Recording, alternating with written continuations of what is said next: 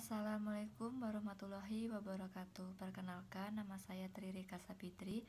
Di sini saya akan mempresentasikan hasil proposal saya yang berjudul Hubungan Bimbingan Belajar dan Keaktifan Belajar terhadap Hasil Belajar Matematika kelas 4 Sekolah Dasar. Pendahuluan. A. Latar belakang.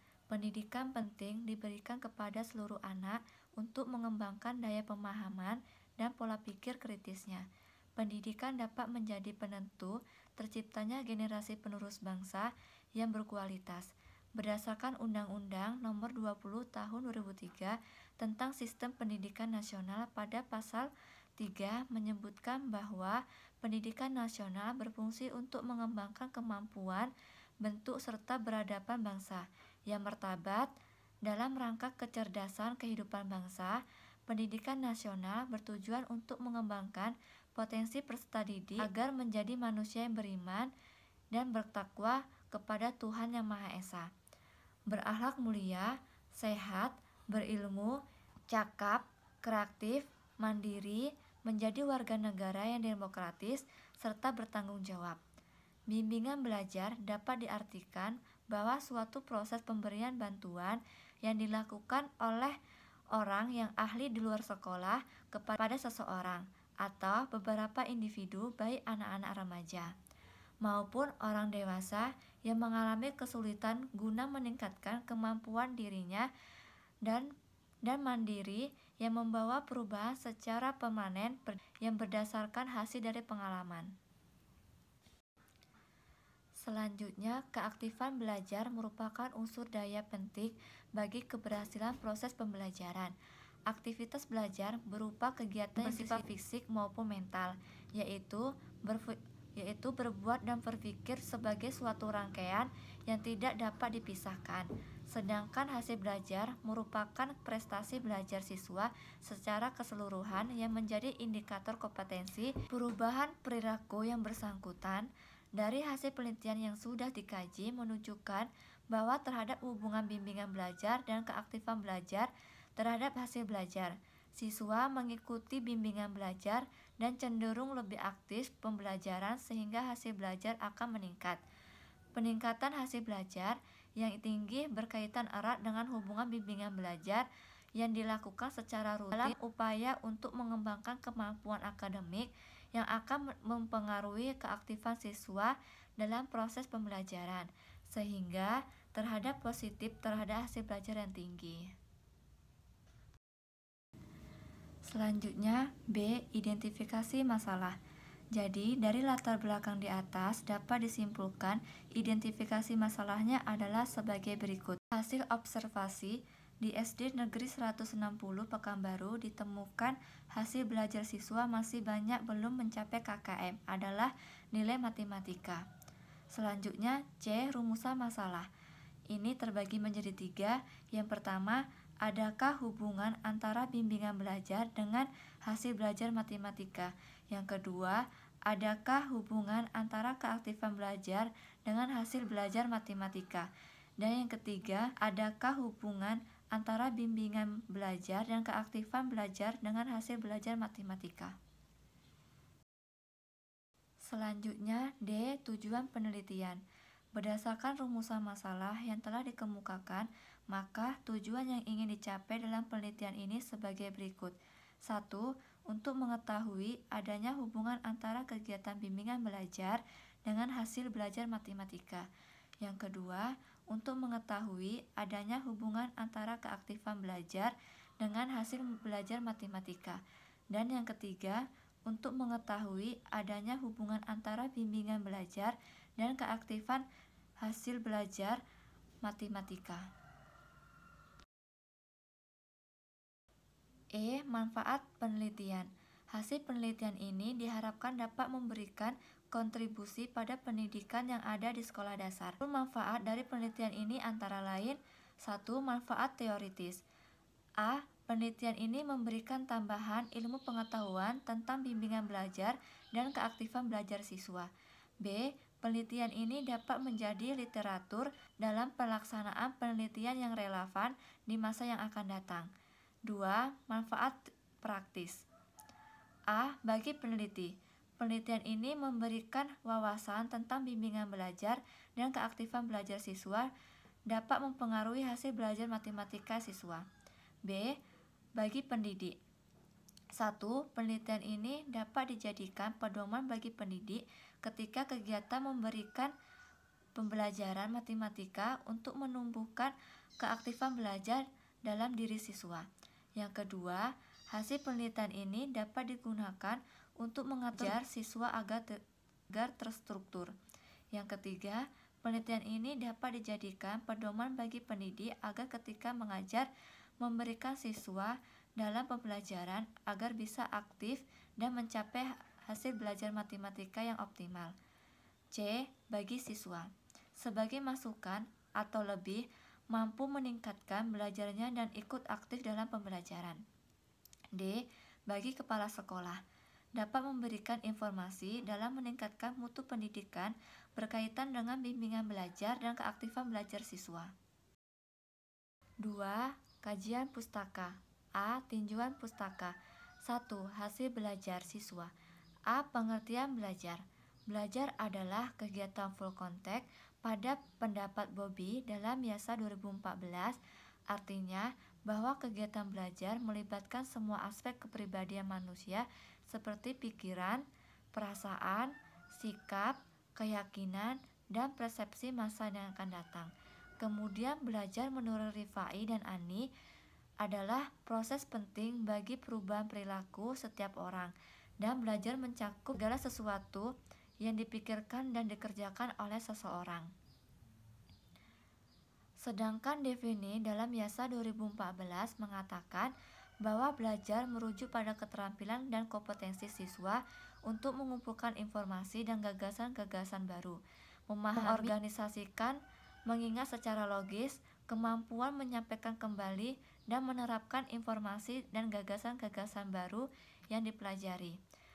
Kemampuan-kemampuan ini dikembangkan melalui sejumlah keterampilan belajar, yaitu 1. Keterampilan mendengarkan, 2. Keterampilan membaca, 3. Keterampilan mencatat, 4. Keterampilan membuat outline, 5. Keterampilan membuat simpulan, 6. Keterampilan mensintesa dan membuat hubungan-hubungan, 7. Keterampilan memperfase, 8. Keterampilan menulis, dan yang terakhir keterampilan mengingat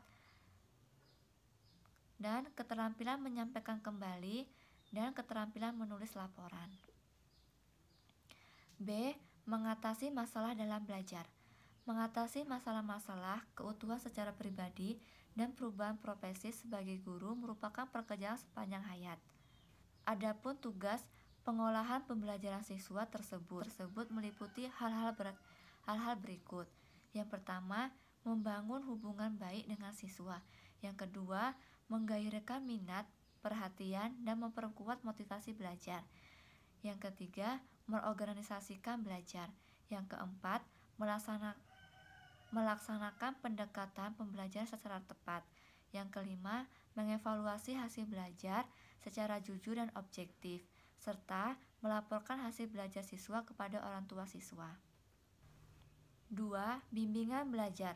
Bimbingan belajar merupakan upaya bimbingan untuk membantu mengoptimalkan individu, seperti yang telah banyak dikutip oleh penulis di Indonesia.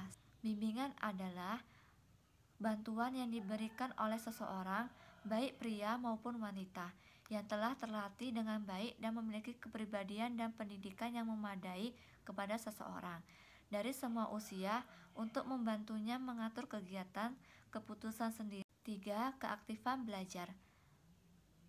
Keaktifan belajar adalah suatu keadaan dapat aktif. Pada penelitian ini, keaktifan yang dimaksud adalah keaktifan belajar siswa. Belajar adalah proses perubahan tingkah laku ke arah yang lebih baik dan relatif tetap, serta ditunjukkan dalam berbagai untuk seperti perubahannya pengetahuan, pemahaman, sikap, dan tingkah laku, keterampilan, kecakapan, kebiasaan, serta perubahan aspek-aspek lain yang ada pada individu yang belajar. Jadi, keaktifan belajar siswa adalah suatu keadaan di mana siswa aktif dalam belajar. 4. Hasil belajar. Hasil belajar merupakan perubahan perilaku yang diperoleh peserta didik setelah mengalami kegiatan belajar. Perubahan aspek-aspek perubahan perilaku tersebut tergantung pada apa yang dipelajari oleh peserta didik. Hasil belajar merupakan pencapaian tujuan pendidikan pada setiap yang mengikuti proses pembelajaran. Selain itu, hasil belajar pendidikan merupakan perubahan perilaku yang diperoleh siswa setelah mengalami kegiatan belajar. Tes yang diberikan oleh guru terkait dengan materi pelajaran tertentu. A. Prinsip-prinsip belajar. Prinsip belajar dapat dilaksanakan dalam situasi dan kondisi yang berbeda. 5. Matematika. Bila ditelusuri lebih jauh mengenai pengertian matematika, maka kita harus merujuk pada asal mula dari matematika. Matematika diambil dari salah satu kata dalam bahasa Latin mathemata yang memiliki arti sesuatu yang dipelajari, sedangkan matematika di dalam bahasa Belanda dikenal dengan sebutan wiskunde yang memiliki arti ilmu pasti. Jadi secara umum dapat diartikan bahwa matematika merupakan sebuah ilmu pasti yang berkenaan dengan penalaran.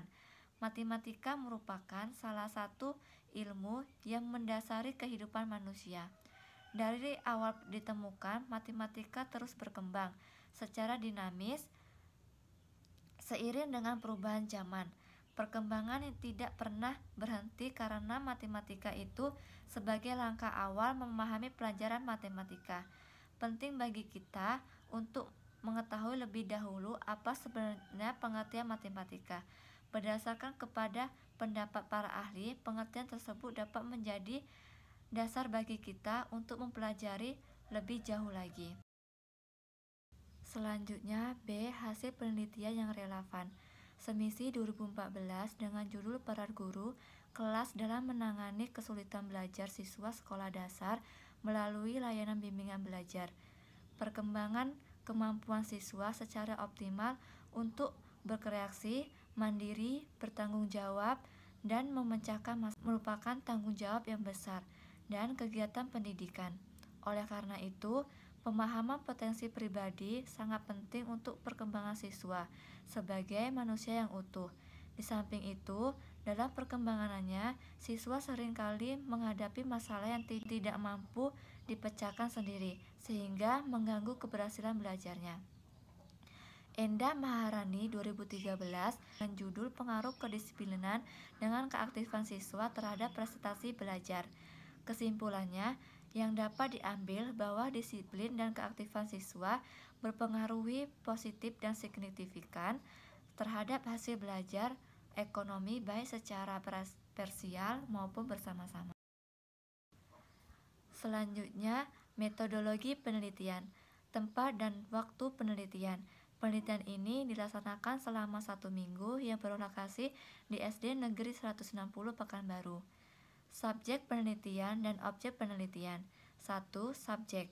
Subjek penelitian ini adalah guru dan siswa kelas 4 yang berjumlah siswa 26 orang. Dan yang kedua, objek penelitian ini adalah hubungan bimbingan belajar dan keaktifan belajar terhadap hasil belajar matematika kelas 4 di SD Negeri 160 Pekanbaru.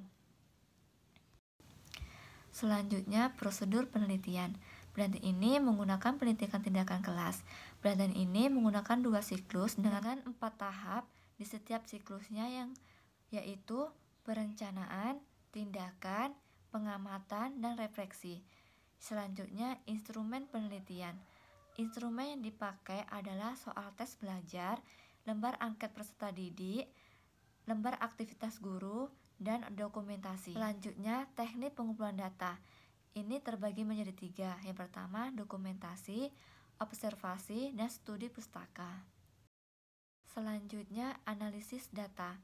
Analisis untuk menghitung persentase banyaknya peserta didik yang memberikan respon pada setiap kategori yang dinyatakan dalam lembar angket yang menggunakan rumus sebagai berikut. PRS, persentase banyaknya peserta didik yang memberikan respon positif terhadap kategori yang ditanyakan. Banyaknya peserta didik yang memberikan respon positif. ditanyakan dalam uji coba. Banyaknya peserta didik yang menjadi subjek uji coba. Nilai skor yang dicapai dibagi skor maksimal dikali 100%. Selanjutnya, analisis data. Setelah data dikumpulkan melalui observasi, data tersebut diolah dengan menggunakan rumus presentasi, yaitu P F bagi N kali 100%. Keterangannya, P adalah angka presentasi aktivitas guru, F frekuensi aktivitas guru, N jumlah indikator, 100% bilangan tetap. Baiklah, itulah hasil presentasi proposal saya. Saya akhiri. Assalamualaikum warahmatullahi wabarakatuh.